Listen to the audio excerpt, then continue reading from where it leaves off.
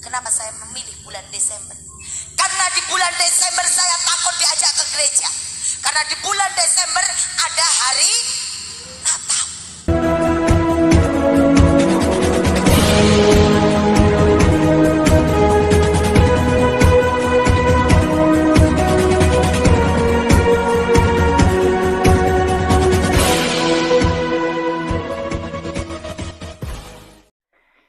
Ya, shalom bagi kita semua dimanapun kita berada pada saat ini. Kiranya kita semua tetap berada dalam keadaan sehat dan apapun yang merupakan aktivitas kita sepanjang hari ini, kiranya Tuhan Yesus memberkati.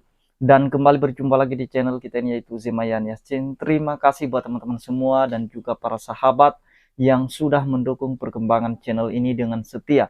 Dan kiranya kita tetap menggunakannya untuk menjadi berkat bagi semua orang.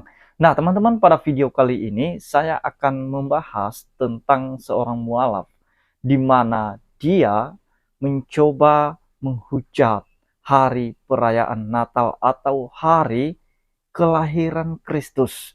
Nah, tidak lama kemudian teman-teman, dia mengalami suatu kecelakaan. Dan memang teman-teman, orang ini setelah dia mualaf, kerjanya setiap ceramah adalah menghujat kekristenan. Nah, yang kita bahas saat ini adalah jejak digitalnya, supaya ini menjadi pelajaran bagi siapapun yang mencoba menghujat kelahiran Kristus atau menghujat Natal. Nah, teman-teman, sebelumnya mari kita simak saja videonya yang berikut ini. Kenapa saya memilih bulan Desember? Karena di bulan Desember saya takut diajak ke gereja. Karena di bulan Desember ada hari Natal. Ngomong-ngomong tentang Natal, saya hanya ingin berpesan kepada saudara-saudara saya di Gagak Sifat bahwa halal hukumnya bagi kita umat muslim. Di hari raya Lebaran kita mendapatkan ucapan selamat Lebaran dari saudara kita non muslim, hukumnya adalah halal. Boleh syukur-syukur mereka masuk akidah kita, kita dapat pahala. Ya, betul. Tapi sebaliknya, mengucapkan hari raya Idul haram Fitri hukumnya halal ya. bagi kita umat Islam di hari Natal. Kita mengucapkan selamat Natal kepada mereka yang merayakan Natal, hukumnya adalah haram. Kenapa saya katakan haram? Karena Natal artinya adalah mengakui telah lahir Tuhan Yesus Kristus. Yesus bukan Tuhan kita. Dengan kita mengucapkan Natal, berarti kita mengingkari akidah kita sendiri. Akidah yang mana? Qul huwallahu ahad, Allahu samad, lam yalid wa lam yulad wa lam yakul lahu kufuwan ahad. Akidah ini yang kita ingkari. Lalu gimana Bu dengan toleransi beragama? Toleransi beragama harus tetap ditegakkan, karena di dalam Islam kita diajarkan dua hal, yaitu hablum minallah dan hablum minanas.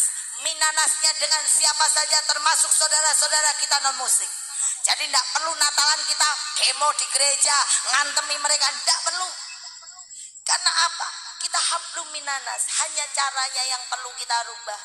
Ketika hari Natal datang, ketemu dengan mereka yang merayakan Natal, jenengan salaman tidak masalah, mengucapkan selamat tidak masalah, tidak apa-apa, asalkan selamatnya diganti, jangan selamat Natal. Salah satu korban kecelakaan maut yang terjadi di ruas tol Palimanan Kanci pada kilometer 190, tepatnya di desa Danau Winangun, Kecamatan Kelangenan, Kabupaten Cirebon Minggu siang, adalah salah seorang daiyah mualaf kondang, Ustazah Ita Mega.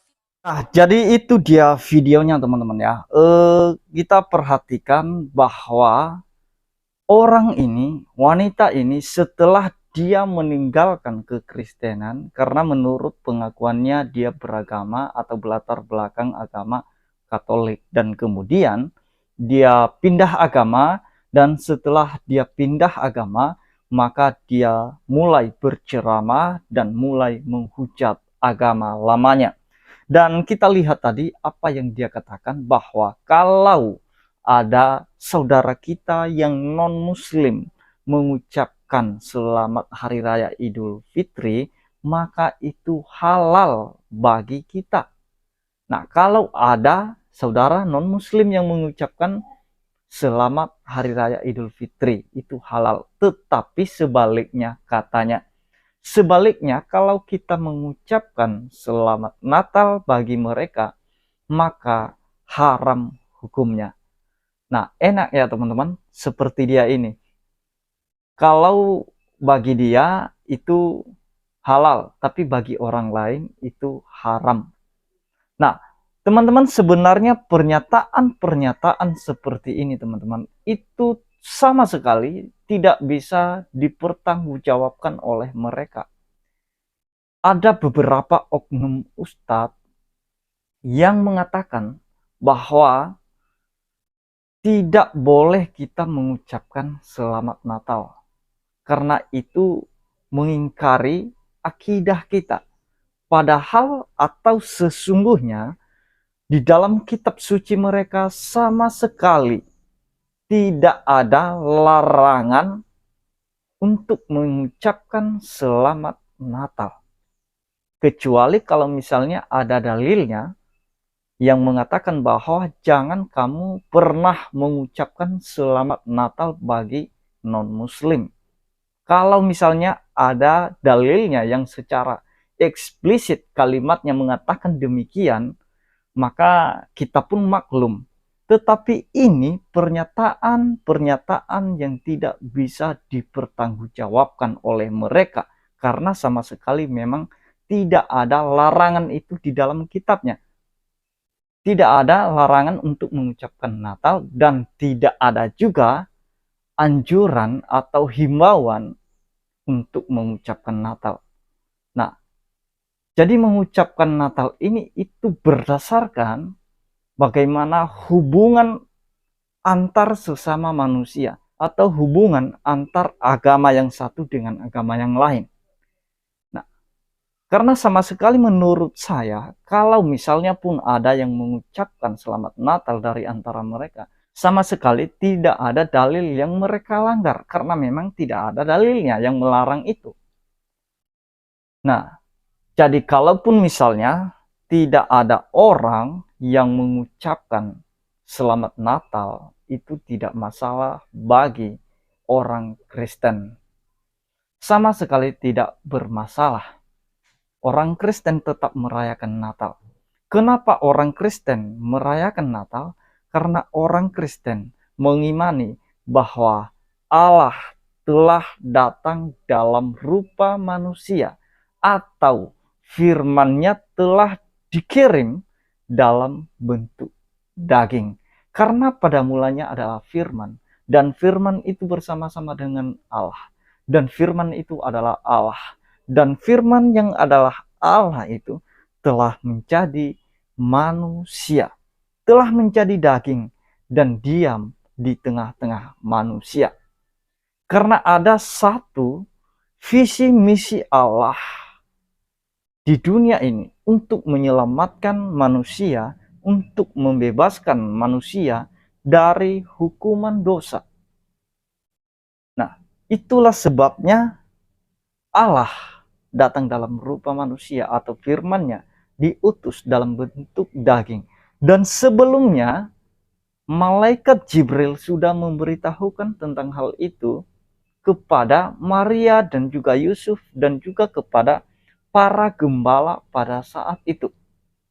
Nah, bahwa Mesias akan lahir, Yesus akan lahir karena dialah yang membebaskan umatnya dari dosa mereka.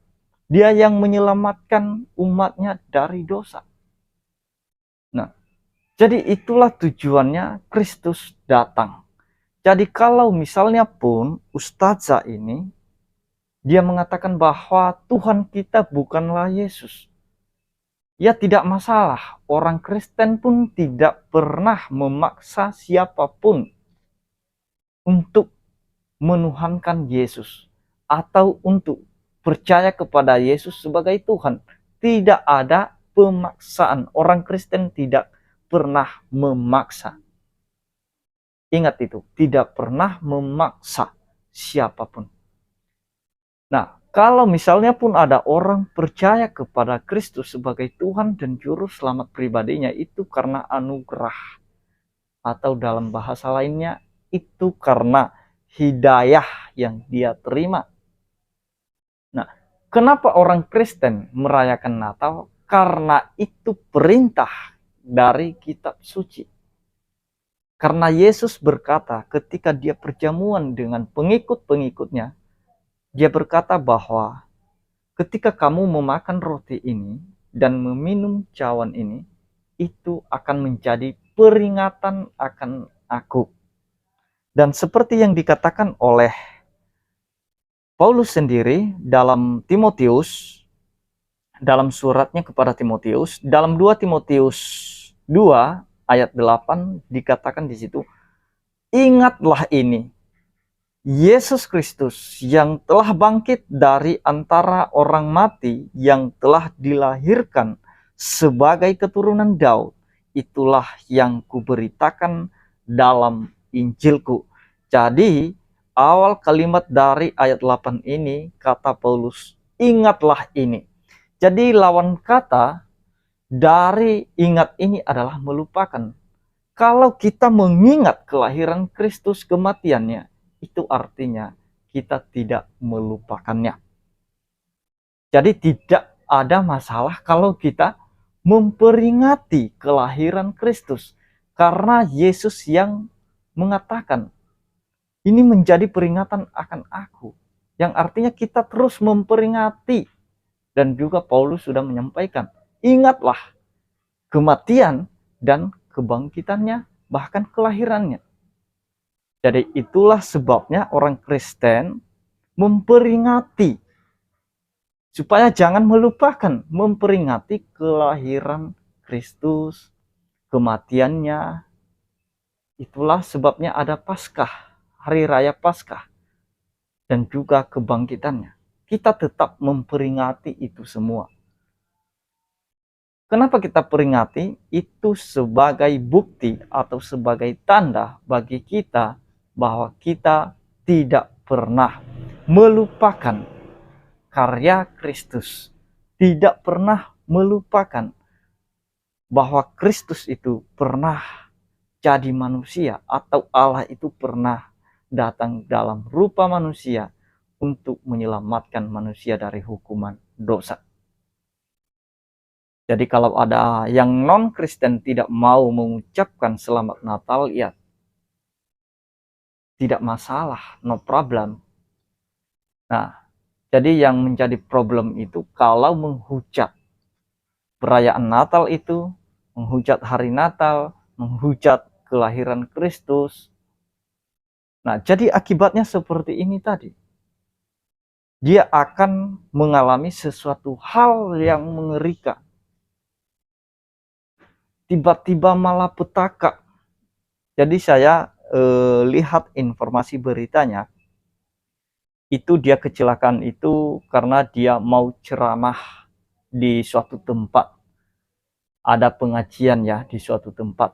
Namun di perjalanannya dia mengalami suatu kecelakaan. Mungkin